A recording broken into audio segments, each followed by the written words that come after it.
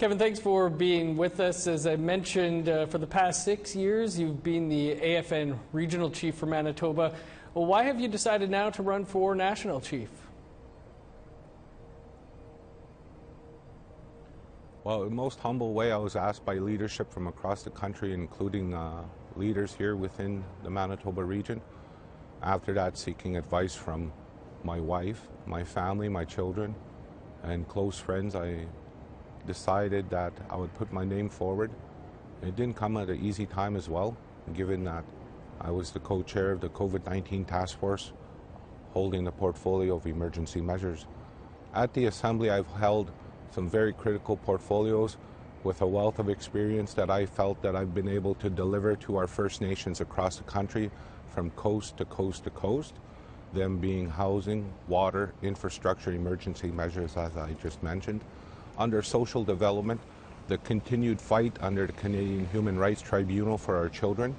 I also helped coordinate the co-drafting of C-92, working with great people such as Mary Ellen Turpel-Lafond, that was guided by our chiefs from across this country, and when we talked about creating this act, as well as when we talk about the sovereignty and jurisdiction of our children. Under that also, I fought with the portfolio of Jordan's Principle. We could see the investments that has resulted in billions of dollars being accessed by First Nations across this country for what I feel is some of our most critical and precious resource, our children.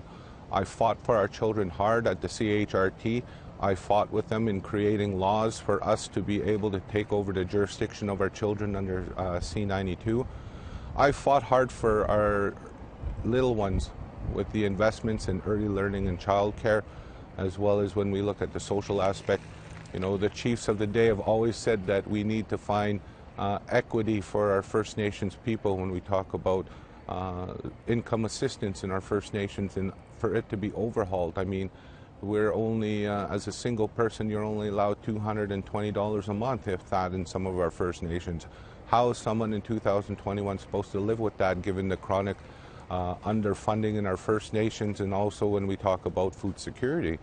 When we look at missing and murdered Indigenous women and girls, the portfolio I had there, as well as the National Inquiry and Women's Council, I listened to our women leadership from across the country, and they brought their voices forward for me to be that helper to them and that messenger to make sure that the lost and forgotten voices were not silenced. And even more so now when we look about the 215 children that were found in Kamloops. And now we look at Chief Cadmus Delorme and the Cowessess First Nation, 751 children found in unmarked grave. Why isn't Canadians screaming out for the United Nations to intervene, because a genocide has indeed occurred here in Canada? These residential school sites should be treated as crime scenes. They should have the United Nations intervening and investigating this, because a genocide indeed has occurred. We're seeing with the experience and the finding of these unmarked graves that, so many people are being affected and traumatized each and every day. I know that since last night about the early news, and that, for us as survivors and both intergenerational survivors and us as First Nations, we're deeply affected right now. For myself, when we look at all those things, everyone's looking for some leadership and for someone to have that experience to say, if they're sworn in as the National Chief on July 7th, they're willing to take that helm. They have the experience to take that helm. The rest of the candidates have that experience in being able to write laws when it comes to the jurisdiction of our children. Have they been able to work with our chiefs from coast to coast to coast under the various portfolios that I've had? The answer is no.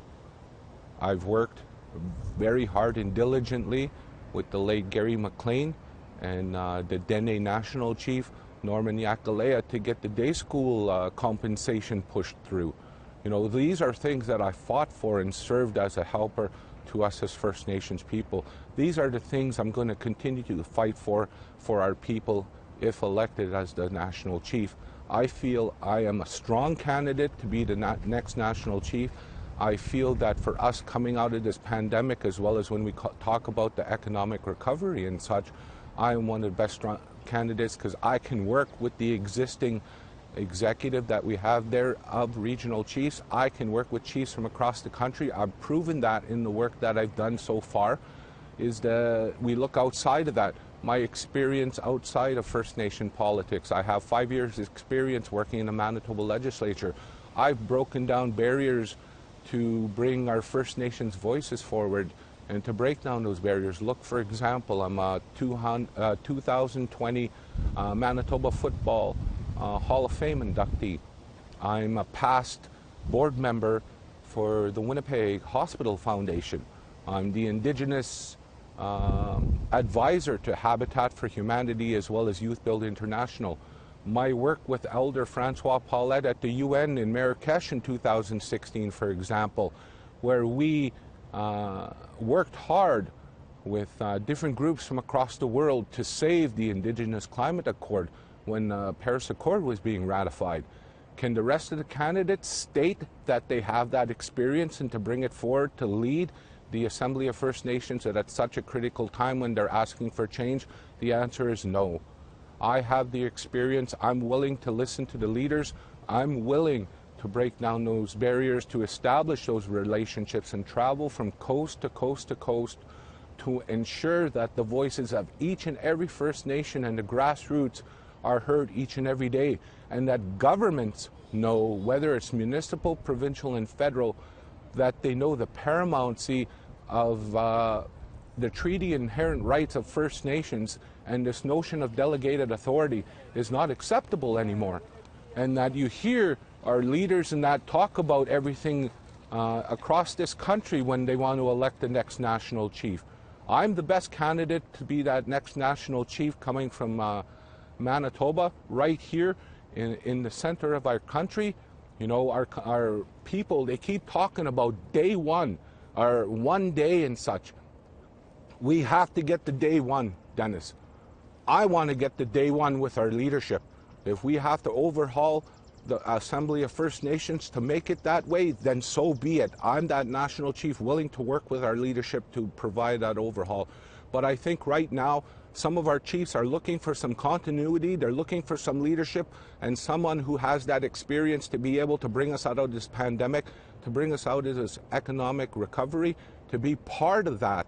And then now that we talk about the recent discoveries in that, my experience working directly with the 3 commissioners at the TRC in the past, I'm able to reach out to them and to be able, as part of my action plan in the first 100 days, look at those formal apologies from the Pope, working with leadership from across the country, and as well as making sure that your voice of the day is heard at every level, whether you're a person that works and lives at the grassroots level, that's a First Nation member. Your rights are just important to me as your next national chief, as the chief that brings forward those messages from the respected nations. I want to hear from everybody. I want to reach out to our brothers and sisters from the 2S LGBTQIA. You know, they've approached me, and I've had a meeting with them when I was regional chief, when they talked about the very things of missing and murdered Indigenous women, girls, and how they've been left out.